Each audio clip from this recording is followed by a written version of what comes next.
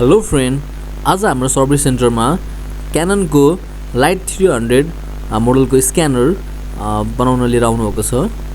So when you try to scan from this scanner तपाईँले देख्न सक्नुहुन्छ र यस्तो इरर मेसेज आउँछ अनि स्क्यान पनि हुँदैन। सो आज म तपाईँहरूलाई यस्तो प्रब्लम कसरी सल्भ गर्ने भनेर चाहिँ भिडियोमा बताउन लागिरहेको छु। यसको साथै यो भिडियोमा तपाईँहरूलाई यसको सबै पार्ट्सहरूलाई कसरी डिएसेम्बल र एसेम्बल कसरी गर्ने भनेर पनि देखाउन लागिरहेको छु। So here we go.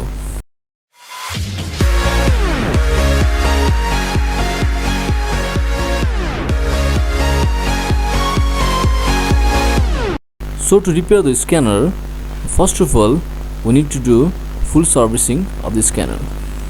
So यसको लागि हामीले यो माथिको टप जुन कभर छ सिसाको यसलाई हामीले निकाल्नु पर्ने हुन्छ र यो सिसा निकाल्नु भन्दा अगाडि यसमाथिको हामीले जुन साइडको जुन बारहरू छ यसलाई निकाल्नु पर्ने हुन्छ। And we need to clean all those components inside the scanner. स्क्यानरको हामीले भित्रको लेन्सहरू केबलहरू पनि सबै चेक गरेर भित्र डस्टहरू सबै सफा गरेर र भित्रको हाम्रो मेन बोर्ड हुन्छ जुन त्यो बोर्डलाई हामीले पेट्रोलको थ्रुबाट क्लिन गरेर सफा गरेर र त्यसलाई फेरि यदि तपाईसँग चाहिँ हट गन छ भने हट गनको थ्रुबाट नत्र भने हामीले घाममा पनि त्यसलाई सुकाएर राम्रोसँग चाहिँ त्यसलाई सफा गरेर अनि एज इट इज हामीले चाहिँ फिट गर्नेछौँ। प्लस सुरुमा लेट्स डु यदि फुल सर्भिसिङ गरेर चाहिँ does it work or not यसले चाहिँ काम गर्छ कि गर्दैन भनेर चाहिँ पहिला हामीले हेर्नुपर्ने हुन्छ।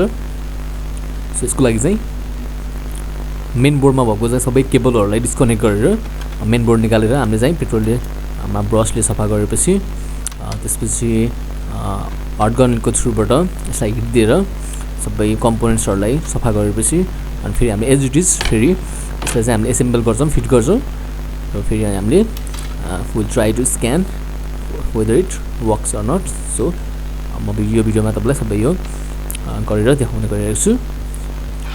सो यो थाहा पाउनको लागि कृपया यो भिडियो अन्तिमसम्म हेरिदिनु होला र यो भिडियो तपाईँहरूलाई कस्तो लाग्यो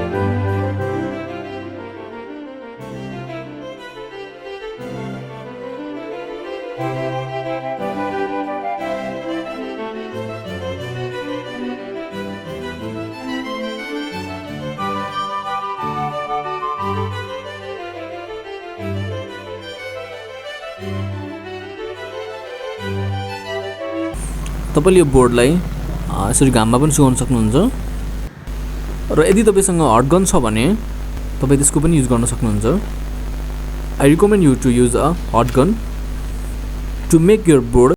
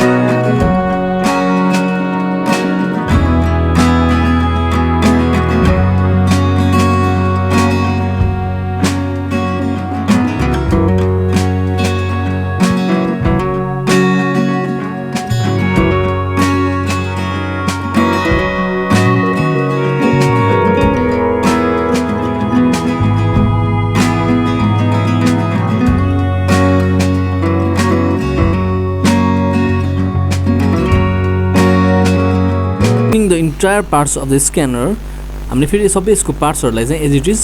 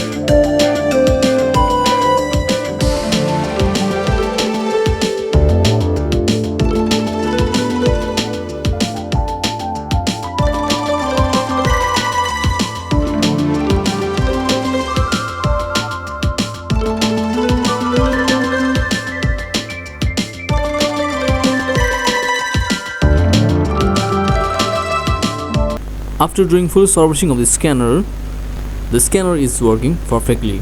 So thank you for watching this video. I hope this gonna help you, and see you in my next video. Till then, take care and goodbye. Bye bye.